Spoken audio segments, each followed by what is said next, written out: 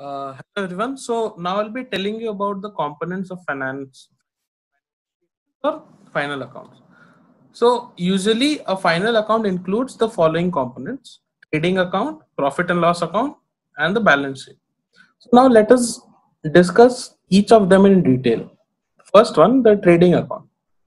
Trading accounts represent the gross profit or gross loss of the concern out of sale and purchase for the particular accounting period.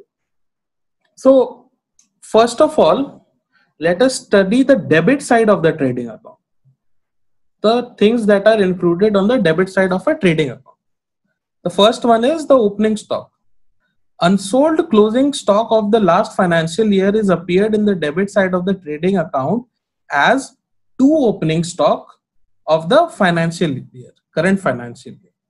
The second one is the purchases.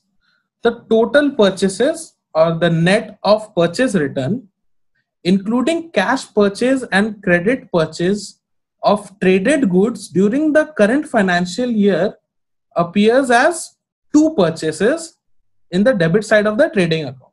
The third one is direct expenses. So the expenses incurred to bring traded goods at business premises or warehouse call some direct expenses. These are freight charges, cartage or carriage charges, custom and import duty in case of import, gas, electricity, fuel, water, or packing material, wages, and any other expenses incurred in this regard comes under the debit side of the trading account, and it appears as two particular name of the expenses. The fourth one is sales account. The total sales of the traded goods, including cash and credit sales, will appear at outer column of the credit side of trading account as buy sales. Sales should be on the net releasable value excluding central sales tax, VAT, custom and excise duty.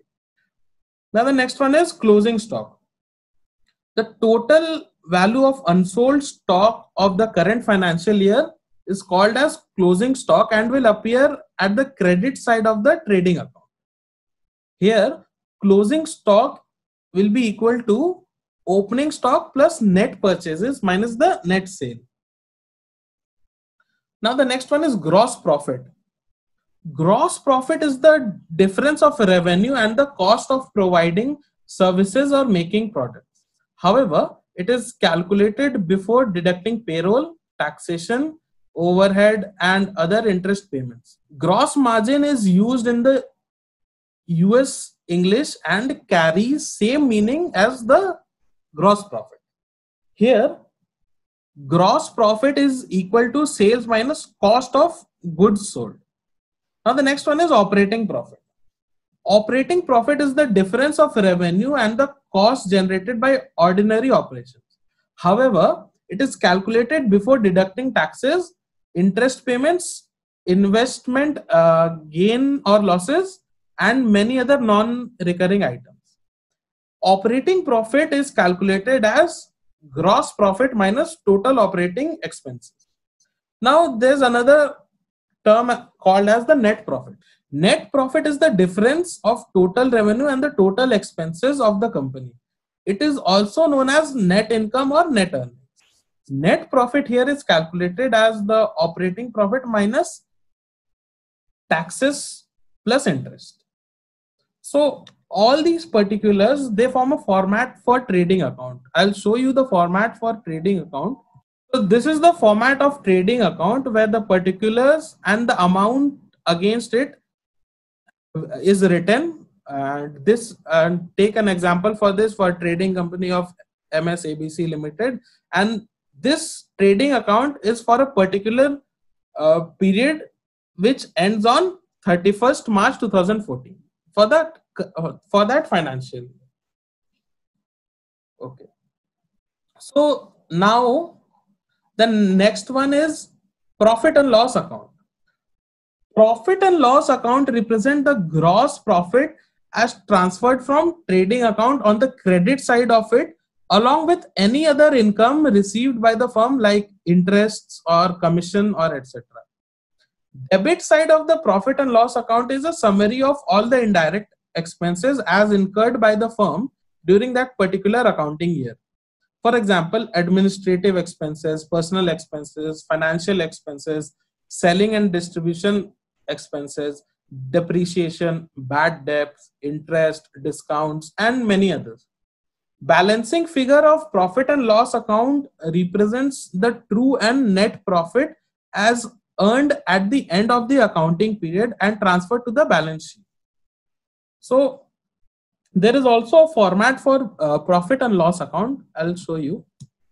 So this is the format of profit and loss account. This is also recorded for a particular period or a financial period. So these are the particular against which all the amounts are written. Now the third one, the balance sheet. So a balance sheet, what it does is it reflects the financial position of a business for a specific period of time. The balance sheet is prepared by tabulating the assets that are fixed assets plus the current assets and the liabilities, which are long-term liabilities plus current liabilities on a specific date. Now let me tell you first about the different assets. Assets, as you know, are the economic resources for the businesses, which are categorized as follows. The first one is fixed assets. Fixed assets are the purchased or constructed assets used to earn profit not only in the current year, but also in the next coming years. However, it also depends upon the life and utility of the assets. Fixed assets may be tangible or intangible. Plant and machinery, land and building, furniture are fixture, and these are some of the examples of fixed assets. Now the second one is current assets. The current assets are those assets which are easily available to discharge current liabilities of the firm, and hence they are known as current assets. Cash at bank, stock, and sundry debtors are some examples of current assets. The third type of asset is fictitious asset.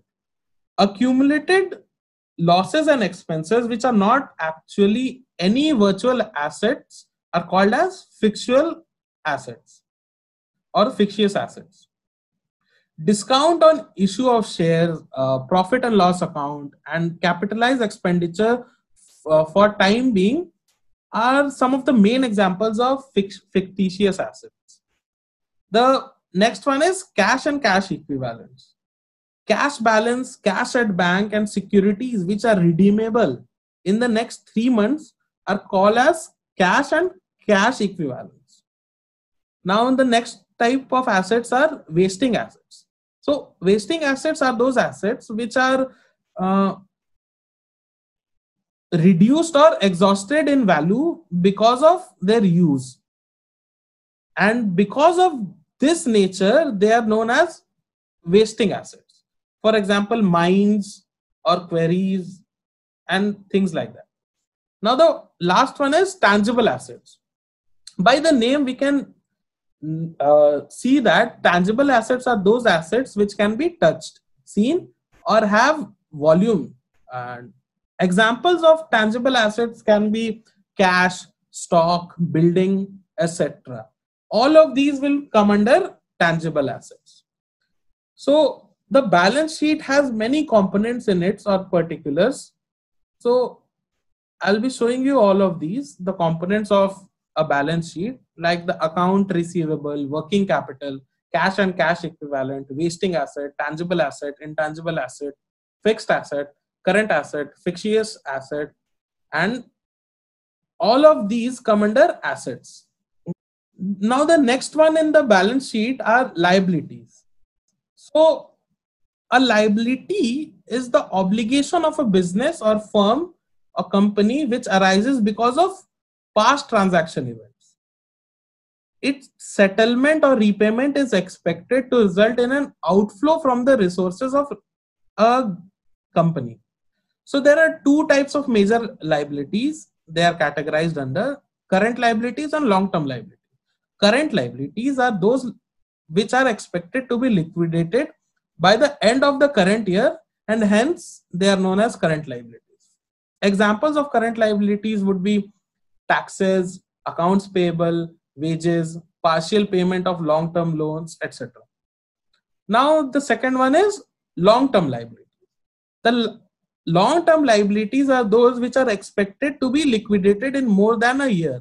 So these are hence termed as long-term liabilities. For example, mortgages, long-term loan, long-term bonds, or pension obligations, etc.